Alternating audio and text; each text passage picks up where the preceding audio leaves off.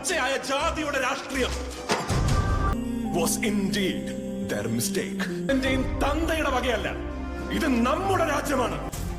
ഒരു കോടതിയും ഒരു നിയമവും കാണില്ല. ഇത് ആരംഭം.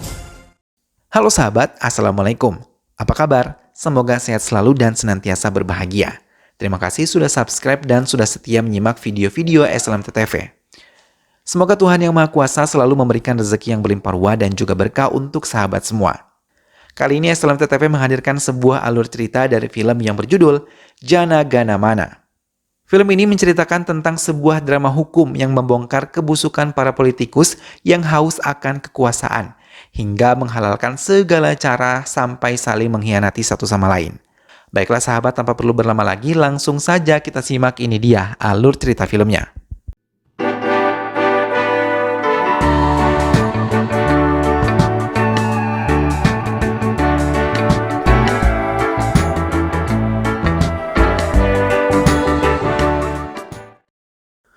Juli tahun 2014. Hujan deras mengguyur kota siang itu, hingga pandangan mata menjadi gelap. Persidangan Arafin pun kini mencapai hasil di mana hakim hari ini membacakan tuntutan hukuman kepada Arafin. Namun hasilnya menguras emosi semua warga yang mendengar keputusan hakim tersebut, hingga menimbulkan sedikit pergolakan di sana.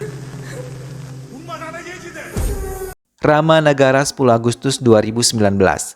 Sebuah kecelakaan menimpa seorang pria yang tengah mengumpat sendiri hidupnya hingga ia terjatuh dari motornya dan membuat kacamata miliknya hancur. Ia melihat beberapa orang membakar sesuatu hingga membuatnya terperangah. Tak berapa lama, sebuah berita mencuat dan menuliskan kalau ada penemuan tubuh yang telah terbakar habis dan mereka memastikan itu adalah tubuh wanita. Dua wanita yang merupakan keluarga dari si korban menangis sedih ketika tahu kalau itu adalah tubuh putri dan kakak perempuannya. Hingga ibu dari korban pingsan ketika melihat sandal dan gelang yang ia yakini adalah milik putrinya. Setelah diselidiki oleh pihak forensik, tubuh tersebut adalah Saba Mariam yang merupakan profesor dari Central University. Banyak yang merasa kehilangan sosok Saba yang membuat banyak inspirasi untuk hidup mereka. Di Central University diadakan pertemuan. Rektor pun maju memberikan sambutan bela sungkawa dan mengatakan kalau sejak kematian merupakan kerugian reputasi baginya dan menyebabkan kehilangan nama baik karena ia tidak membenarkan tindakan Saba yang masih berada di luar pukul 22.30 malam dan menyalahkannya tentang penampilannya yang bisa memancing kejahatan. Tanpa banyak bicara lagi, rektor tersebut pergi dari ruangan tersebut. Gauri mengambil mikrofon dan memberikan pendapatnya. Ia mengatakan Saba adalah dosen terbaik dan tidak membenarkan penampilan Saba yang buruk. Padahal penampilan Saba sangat santun. Gauri tidak bisa lagi melanjutkan perkataannya. Ia pergi sembari menangis. Beberapa temannya menyusul Gauri dengan cepat. Dan mereka langsung mengadakan demo untuk mengusut keadilan bagi Saba yang telah meninggal secara tidak wajar. Aksi mahasiswa tersebut menjadi kacau ketika polisi datang dan langsung melumpuhkan mereka.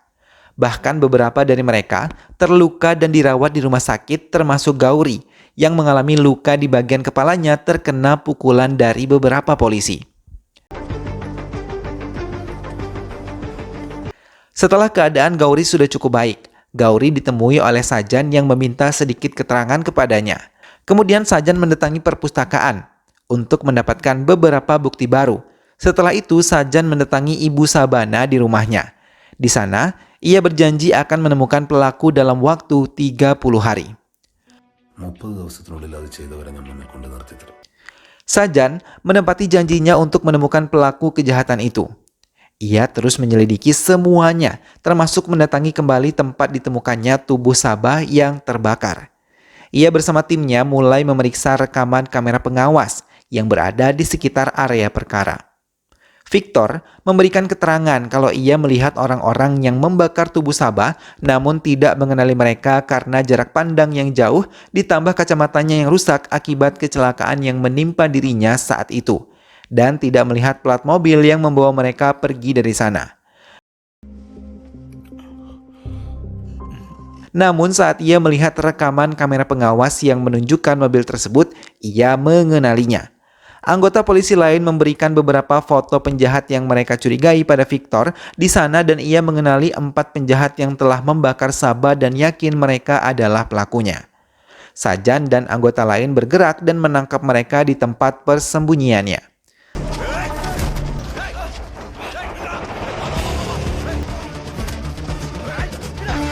Kemudian, membawa mereka ke kantor polisi. Namun aksi mereka telah diketahui oleh beberapa mahasiswa dan warga, bahkan media hingga mereka semua langsung memenuhi kantor polisi untuk mendapatkan keterangan. Sanjan mencoba menemui mereka dan menenangkannya. Namun salah satu dari mereka tidak bisa mengendalikan emosinya hingga terjadi salah paham dan perdebatan di antara Sajan dan juga mahasiswa. Sajan meninggalkan tempat itu dan meminta anak buahnya untuk mengurus mahasiswa-mahasiswa tersebut.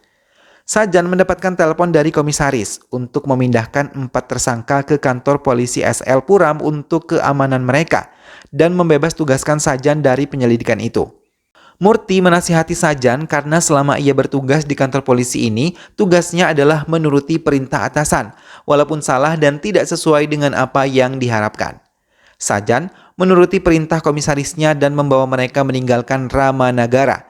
Namun di tengah perjalanan, Sajan memutuskan untuk memilih jalan lain.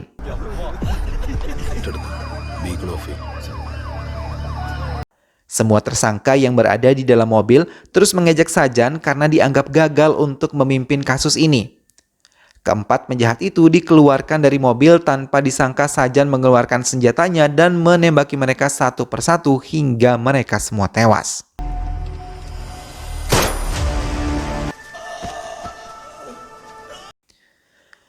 Semua mahasiswa merayakan kemenangannya saat tahu keempat tersangka itu telah ditembak mati oleh Sajan dan menganggap Sajan sebagai pahlawan hingga mereka mendapatkan keadilan. Berita ini pun sampai ke media dan pihak kepolisian mulai mengadakan pertemuan dengan media untuk menjelaskan kejadian yang sebenarnya telah terjadi. Komisaris yang mendampingi Sajan menjelaskan kalau pihak mereka membela diri karena keempat penjahat itu menyerang mereka dan melukai lengan Murti dalam aksinya. Di tengah penjelasan palsu yang diberikan oleh Sajan, ia mendapatkan berita kalau putranya dirawat di rumah sakit karena mengalami kecelakaan. Dalam diam, ia meninggalkan tempat itu dan langsung menuju rumah sakit. Di sana, ia melihat putra kesayangannya terbaring lemah dengan selang impus dan pernapasan menempel pada tubuh kecilnya. Ia terus menunggui sampai putranya melewati masa kritis, hingga ibu dari putranya datang untuk merawat putra mereka. Di tengah kejadian itu, Sajan mendapatkan telepon untuk menghadiri persidangan yang mengadili dirinya karena menurut beberapa pengurus HAM, aksi Sajan telah merenggut hak para penjahat itu untuk hidup. Ruang pengadilan dipenuhi mahasiswa yang membela Sajan, begitupun keluarga Sabah datang untuk memberikan semangat pada Sajan untuk menghadapi persidangan ini. Matthew mulai bergerak untuk menyusun laporannya menjadi berita yang akan terbit esok hari. Tapi ia terkejut ketika melihat sosok Arafin berada di sekitar ruang persidangan tengah menggunakan baju pengacara. Persidangan pun dimulai. Ir maju sebagai pengacara Sajan mulai melakukan pembelaan untuk kliennya. Sedangkan Arafin Sawamintam maju sebagai pembela dari 4 penjahat itu. Di sana ia menjabarkan sebuah kasus yang hampir sama dengan kasus Sabah dengan perbedaan kelas sosial yang terdapat pada korban dan pelakunya. Ia menuntut keadilan yang sama karena pelaku dari kasus yang ia contohkan saat ini masih berlenggang di dunia politik dan pihak korban tidak mendapatkan keadilan sampai sekarang. Namun di tengah persidangan, Ibu Sabah tidak bisa mengontrol emosinya hingga ia berteriak-teriak membela Sabah dan persidangan pun dihentikan untuk sementara waktu dan meminta Ibu Sabah menemui hakim di ruangannya. Persidangan kembali dilanjutkan, kini Arafin meminta Ibu Sabah untuk maju memberikan keterangannya dan mencecar pertanyaan yang menjebak karena ia mengatakan kalau Sabah dilecehkan kemudian tubuhnya dibakar. Arafin mengungkapkan Ibu Sabah mengetahui semua itu dari media tanpa melihat langsung dan kejahatan itu belum terbukti karena keempat penjahat itu telah tewas dan hasil forensik pun belum ada yang menyatakan kalau Sabah telah dilecehkan. Pertentangan pun terjadi. Ir mengajukan keberatan atas apa yang disampaikan oleh Arafin. Ibu Sabah pun tidak bisa mengendalikan emosinya kembali hingga ia terpaksa meninggalkan tempat itu untuk kembali ke tempatnya.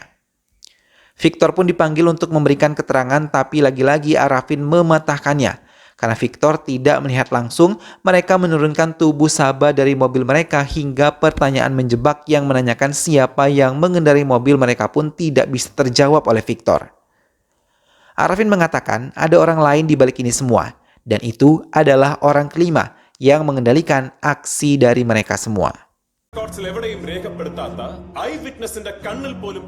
Saat itu di Central University, seorang lelaki separuh baya menemui Sabah sambil membawa bungkusan berwarna kuning. Raut wajah sedihnya membuat Sabah ingin mengetahui apa yang sebenarnya terjadi, hingga Sabah terkejut ketika mendengar kalau ia adalah ayah dari Vidya yang merupakan mahasiswa semester akhir yang tengah menempuh skripsi. Ayah Vidya menuntut keadilan agar bisa membawa pulang tubuh putrinya yang meninggal di kampus akibat bunuh diri, namun dipersulit oleh semua pihak. ആ മകളുടെ ശവശരീരം ഏറ്റുവാങ്ങാനെത്തിയ പിതാവ് മകളെ നഷ്ടപ്പെട്ട ഒരു പിതാവിനെ സഹായിക്കാൻ ഇറങ്ങിത്തിരിച്ചതായിരുന്നു. Padahal malam sebelumnya tanggal 8 Juli, Sabah masih bertemu dengan Vidya yang nampak murung dan sedih. Saat itu Sabah mendekatinya dan mencoba mendengarkan keluh kesah Vidya. Saat itu Vidya malah menangis menumpahkan semua kesedihannya kepada Sabah dan ia ingin cepat kembali ke desanya dan ingin cepat menyelesaikan semua kuliah akhirnya di sini. Sabah akhirnya berhasil membantu pihak Vidya untuk membawa tubuh Vidya pulang ke kampung halamannya. Ayah Vidya sangat berterima kasih karena Sabah membantunya dengan sangat baik.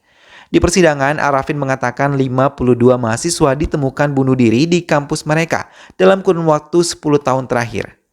Bahkan, beberapa dari mahasiswa dinyatakan hilang di kampus mereka.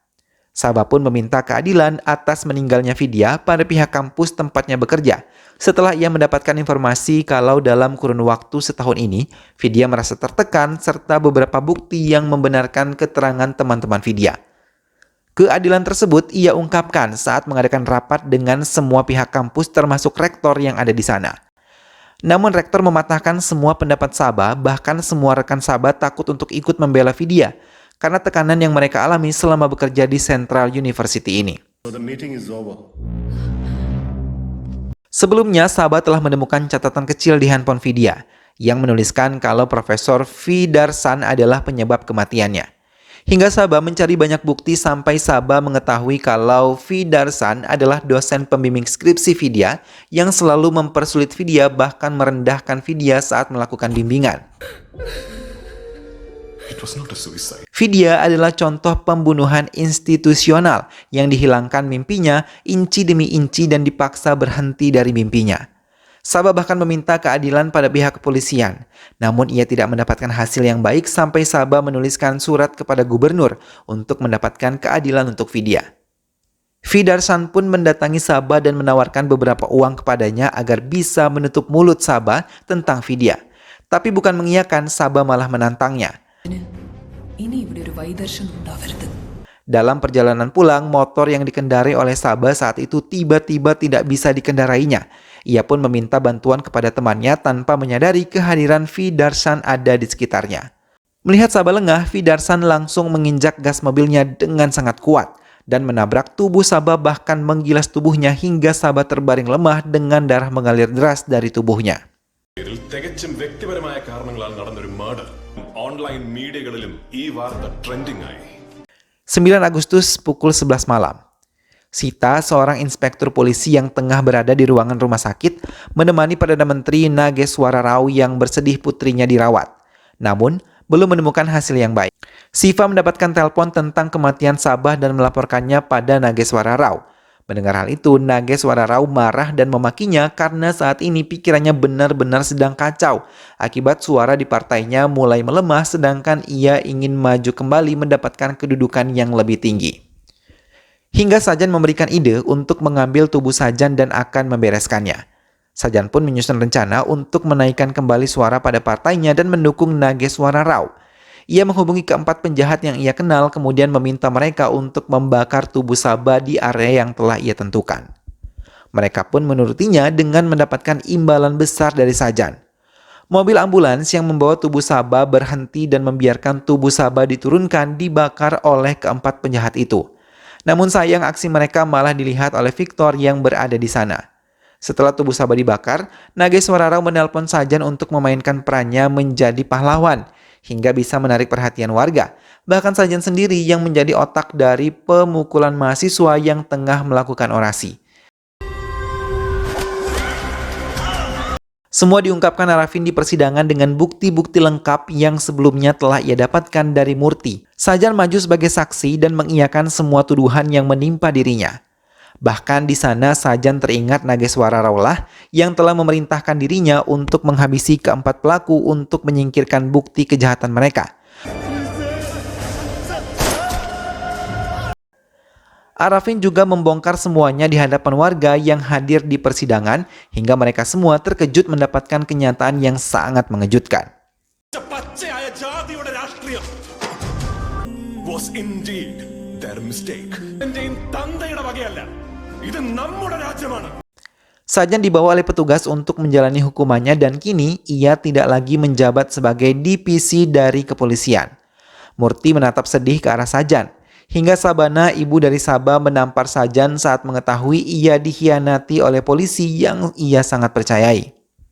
Setelah 3 bulan menjalani kehidupannya di penjara, Murti mengunjungi Sajan untuk mengatakan kalau Sridev telah kembali masuk ke sekolah seperti biasa dan Fidarsan pun menjalani hukuman karena perilaku buruknya. Murti menceritakan masa lalu Arafin yang dulunya merupakan seorang polisi IPS yang lebih dulu menjalani masa-masa sulit di penjara karena telah dikhianati oleh orang-orang di sekitar Nageswara Rau.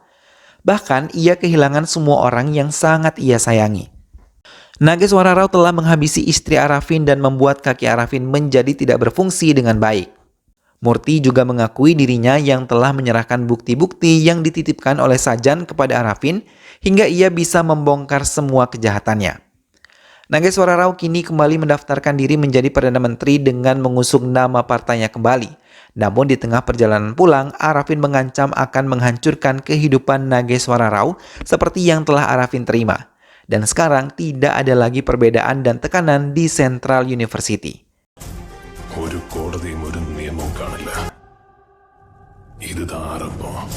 Dan film pun selesai. Nah sahabat, itulah tadi alur cerita dari film yang berjudul Jana Gana Mana.